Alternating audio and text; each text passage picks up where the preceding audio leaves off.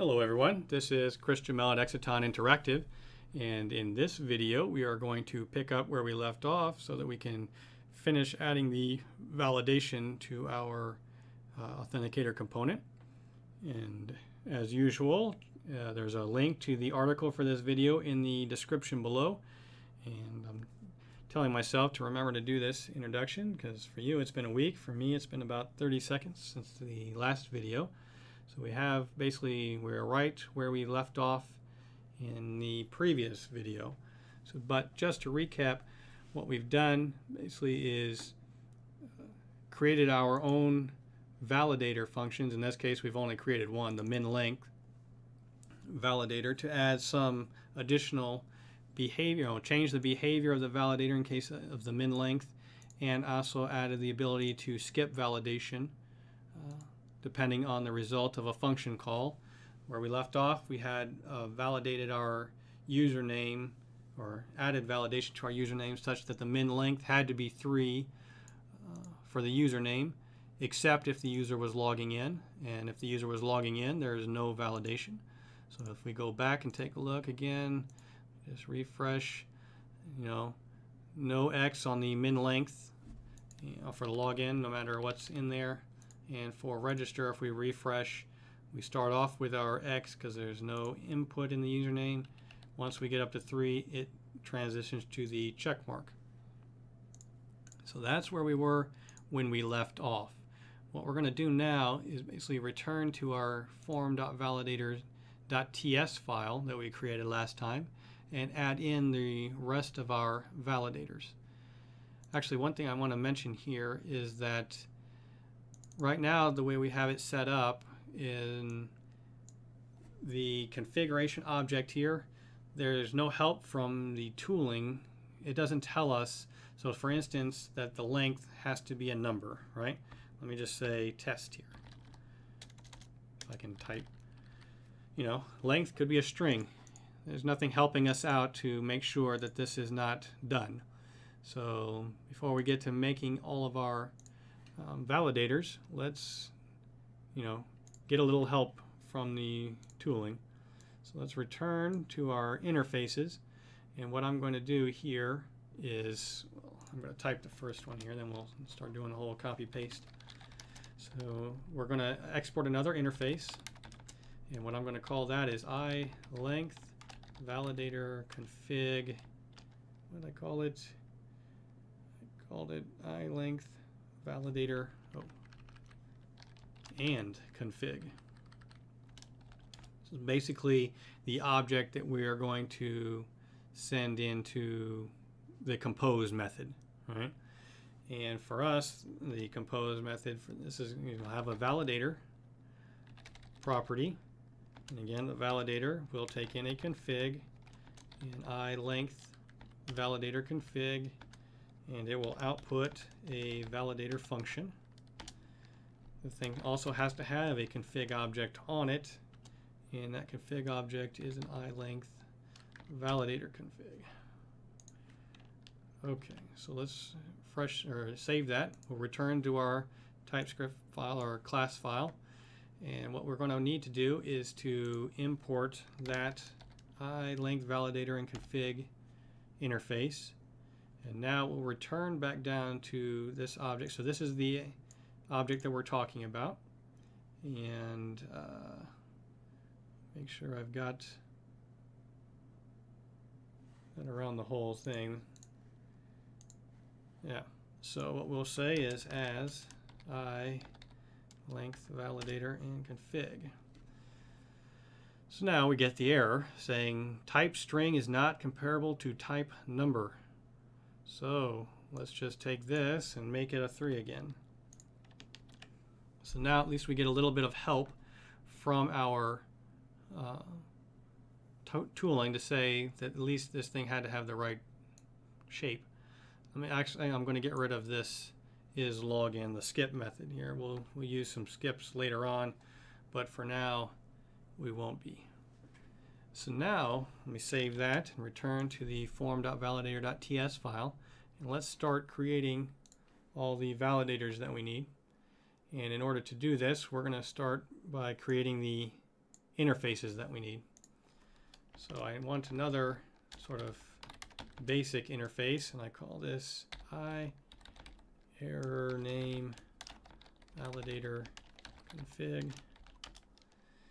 and error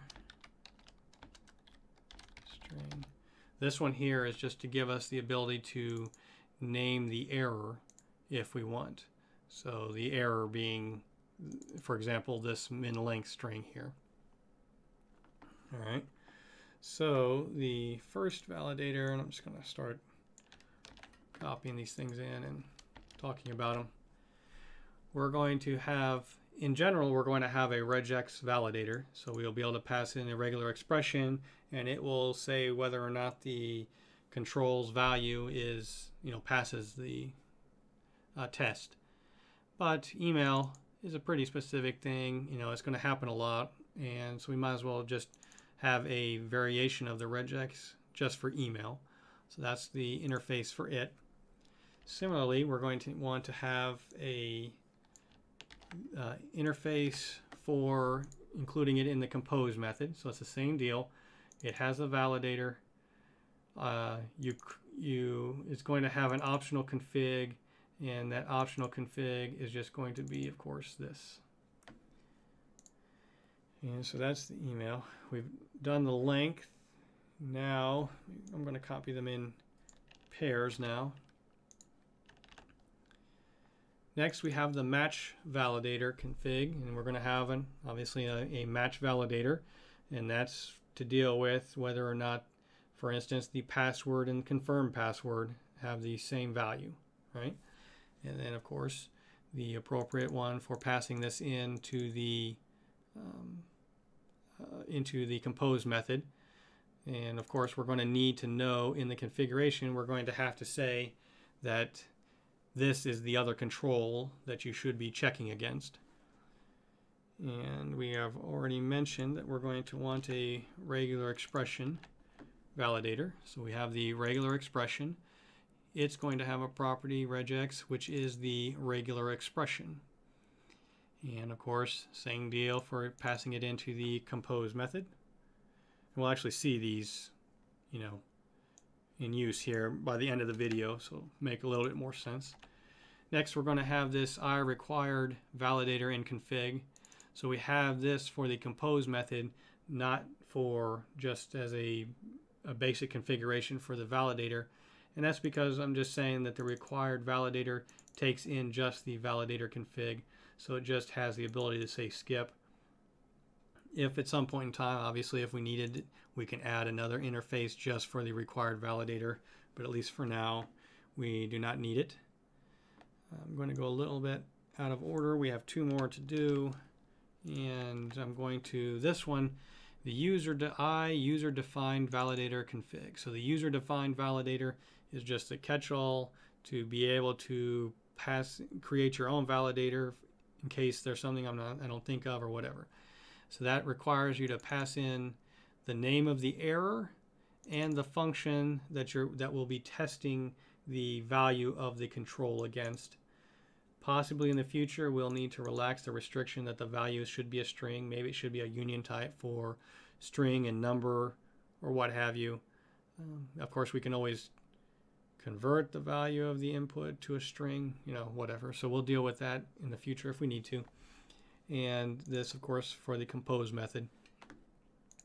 And then I figure that checking that something is unique, I originally wrote it in case of the username, obviously, that I want it to be unique. So there's a way to do that. This is basically just a user-defined validator, which it has a default error, so a default name for the error, and so that's basically its purpose in life is just to make sure that the error name is the same all the time. So let's deal with so email regex is first. So to do the email one, we'll have to do regex. So let's go down here, and we're going to type in another one here, and then we'll copy and paste and start doing our talking here.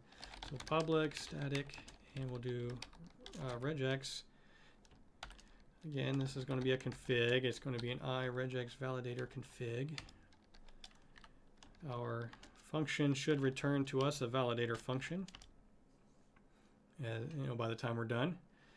Of course, we have already talked about it. So what we're returning is a function that takes in a form control, and then it outputs an object. So the object, I will copy this part, so we've talked about this already, and this is our way to say skip the validation if we have a conditional use of the validator. So if the config has a skip function on it, and if that skip function returns true, then we skip doing validation altogether. If that's not true, then what we'll do is we'll create error, and that's going to be equal config.error. So you can specify what the error is. If you don't, it's going to default to regex invalid. Now, we've seen regex invalid before, and just to remind us, if we look at the template, so our pug file, we will see this regex invalid. So this is, again, the only important part about these strings is that they match up the name of the error that we're looking for. Okay, so we have either you specify the name, and then whatever name you specify, you'd have to put here, or if you don't specify it, it will come up with a default name. And of course, we've already done this. That's exactly this. That's using the regular expression for the password, except you can't use the same, same name for all of them. So I've given each of them a different name. Right? So we look back, we'll go back here. So we have the name for our error, and what we need to return from this is another function we haven't made yet. So let me just type it. Xc validators dot, we'll say get response. Get response takes in the error, the string, and then it takes in whether or not this thing passed or failed. So in our case, we'll say config regex test, and then we're testing the controls value. All right. Okay. So let's define what the get response function is. It's small private static get response. And here, as I mentioned, so the skip validation function, I decided to use the fat arrow notation, and this one I didn't. Of course, like I said, it doesn't matter. We're in a static function, so we don't have to keep track of any this. We're not calling any of this, so it doesn't matter. So get response is going to take in the name, which is a string, and pass, which is a boolean.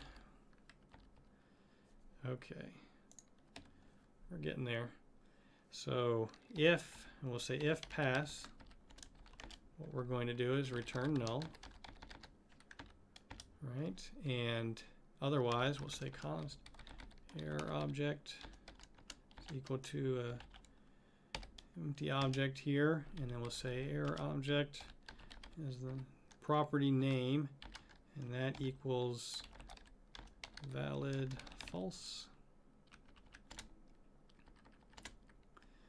Great, and now we'll return our error object. So now regex will test for our regular expression, and the get response here will return us an object if it needs to. Otherwise, if everything passed, it will return null.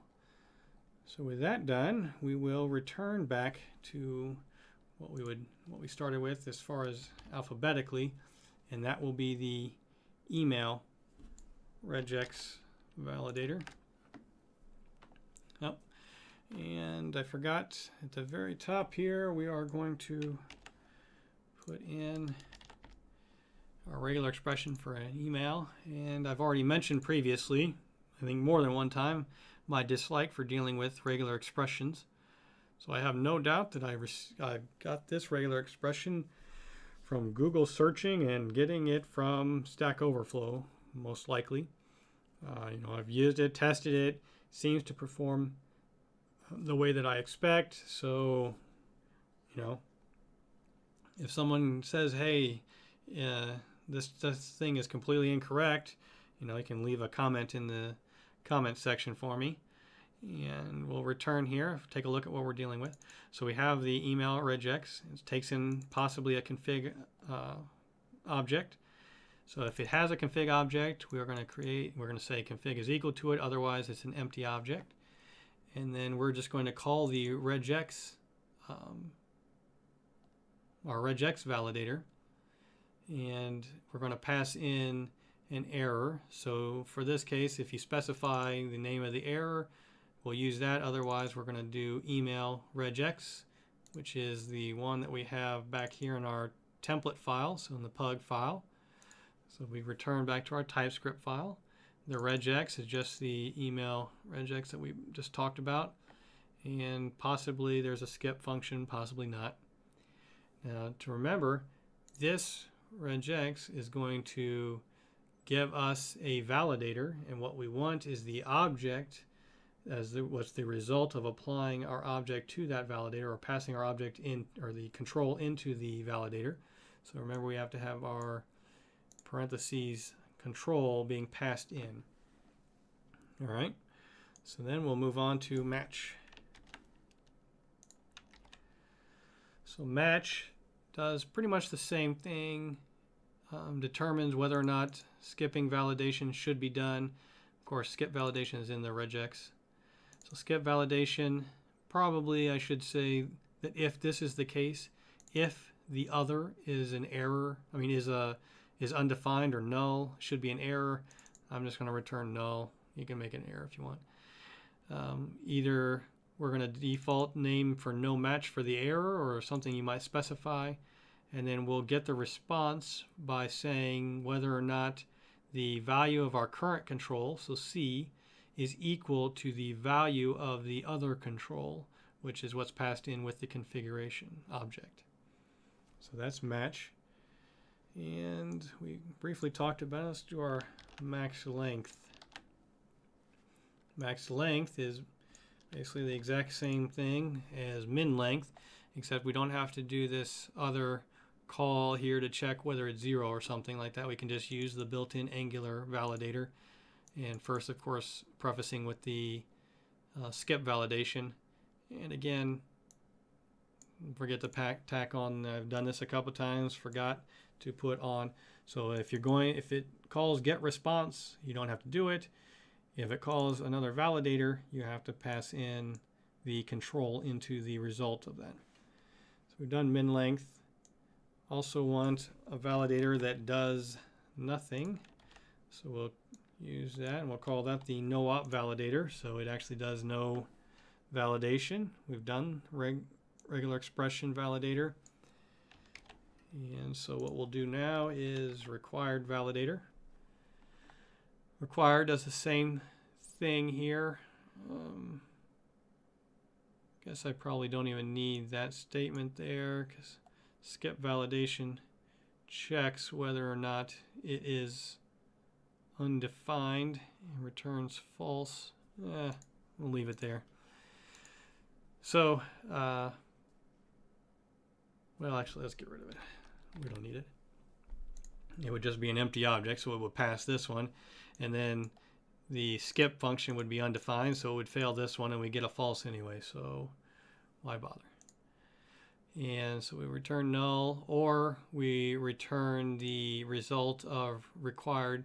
And it's important to note that unlike the min length validator, the required validator doesn't actually take any arguments, so you just pass in the C right there.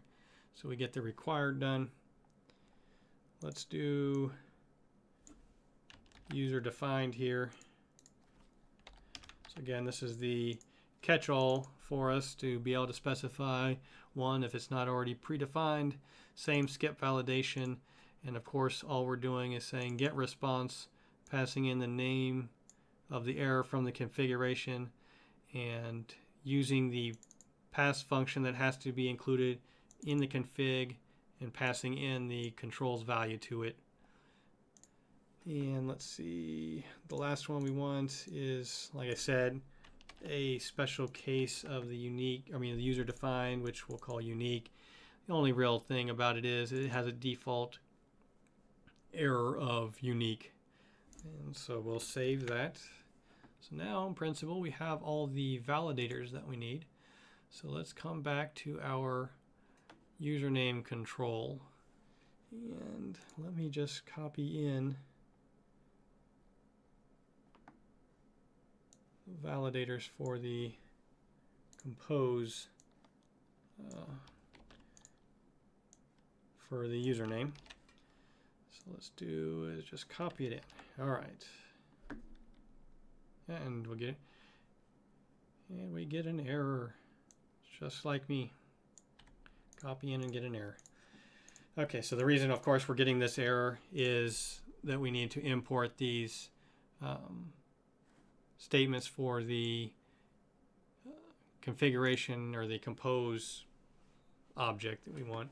So let me just go back up here, skip to the chase, and import the ones that we need. And kind of make it pretty, I don't know.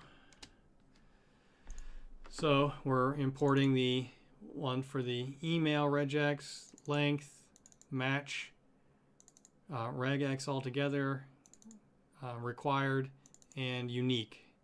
We will, by the time we're done with this, also import the user defined one, but we're going to leave it out for now. So now we come down here and take a look. So what we have for our username is we're saying it's required. It has a max length of 100, a min length of 8. Regular expression is making sure that it only contains letters, numbers, and a select few special characters. And we also want it to be unique, which, as we said, it's a user defined, so we have to specify this pass function. And all I'm doing right now is just saying that it always passes this validation. We'll deal with the unique later when we have moved on to getting a response from the server to requests. So let me save this and cross my fingers as we go back to our input here, and we see, okay, like I said, unique is always going to pass. Obviously it's less than 100. It's required but empty, so that's invalid. Min length is 8, but it's empty. That's invalid. May only contain alphanumeric and these special characters. Well, it contains the empty string, so that's invalid. So we'll just put A's in it. So we put one A in there. Required goes green. Must contain only alphanumeric and special characters. Let's put a parentheses. So that validation works. Let's go ahead, 1, 2, 3, 4, 5, 6, 7, 8. And then that validation works. You know, tested it already for the max length of a lower max length. If you want to type in 100 letter A's to check that one out, be my guest. But I will skip that. So for the username, we actually have all of the validation that we need. Now, there's a couple of things that we need to use the ng on init for.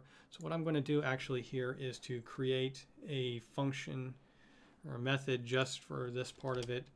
And I called that this.create form group. Maybe I could have said init form group or something like that, but whatever. So we'll say private and create form group. Great. And now all we'll do is take in all of this stuff, put it down here, and now start cleaning things up a little bit. Okay. So now the easy ones. Email confirm key, password confirm key. To do the validation for these, we need to know, or the confirm one, we need to know the other one, right? We have to pass in the other control for a match validator. So what I'm going to do for now, so that we know, it's obvious that we've done something here, and we intended to not do anything, is just do the no op. So we'll do no op for the confirm for both the password and email. We'll also do it for remember me. Not sure what validation we could possibly do on a checkbox. But I guess actually I do, right? If we had a checkbox where the person had to say yes, then we would have a validator saying, hey, it has to be yes. Hey, which means I have to do another, at some point in time, we'll create another validator for that. But anyway, or we could use user defined. What we'll do now is maybe deal with, I guess we'll go in order. Let's just do email. Okay. Come here, email. I'm going to get rid of that. We're just going to put this down here. Okay, so again, email is required, and it has a regular expression. Like I said, I think I said before, these things, the names of the properties actually have no value other than being able to quickly see what is going on, right? And so that'll be more apparent when I'm talking about others, but here we're just doing the email regex. Okay. So now the biggie is password. Let's get rid of that. Scroll down. I don't know why it doesn't just paste it where it belongs, but whatever.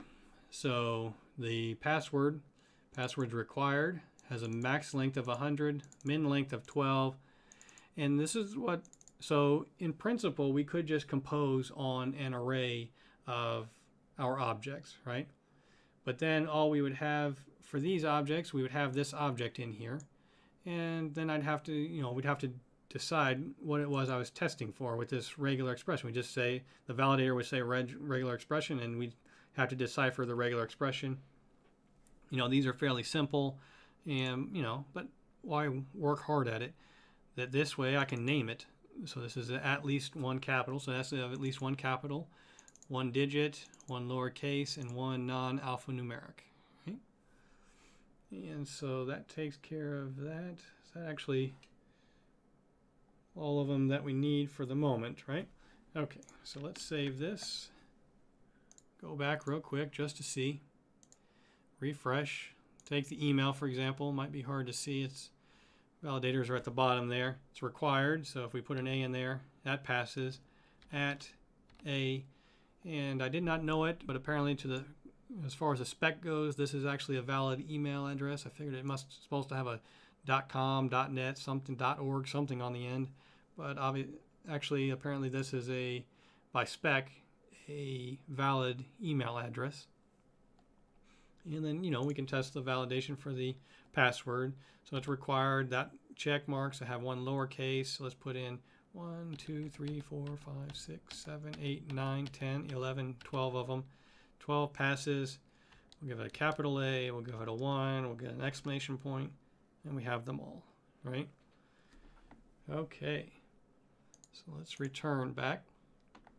Of course, the things that we are missing now are the confirms, right? The confirms are, check mark, because we haven't applied any validation to them. What we have to do is to come down below our call to the form controller.create method. Because like I said, we need the password control and the email control to exist, and they don't exist until the call to create. So once they exist, let me just copy this in. So actually, I guess for the first one, we'll type it in. So what we'll do is we'll say this dot control email confirm, and then we'll say set validators. So we need to set validators. Now inside of this is where we'll do our compose, and that I will just type or copy in. And so what we have is, of course, that it's required, and match, meaning it's going to apply the match validator, which is going to check the value of the email control to see whether the confirm email has the same value. And very, very same thing. I don't know why I did the email. I guess we'll do it in the alphabetical order here. So now we have the confirm password, same deal, it's required, and we're matching it to the control password. Let me save that. We will go back to browser, refresh. Now what we'll look and see is we have our check mark still, right? And I would like this to be an X, okay? But we can see that it's going to work in the sense that if I put an A in here, so the password is A. If I go over to confirm password and I put B, we have the X. So it's in fact true. If they are not the same, it's working. The reason why when we refresh and start that we get this check mark is if we return back to our TypeScript file, if we go and we look at the password, we're starting off the password as an empty string, and we're starting off the confirm password as an empty string. So to get around this, we're going to make this empty string to be null. All right, and then we're going to do the same thing for the confirm email. So the confirm email is going to be null, and the email is going to be empty string. I'm going to save that. I'm going to refresh and see we have the X for the confirm password and the X for the confirm email. We'll put an A and an A in there. Confirm password works. Let's put another A. It doesn't.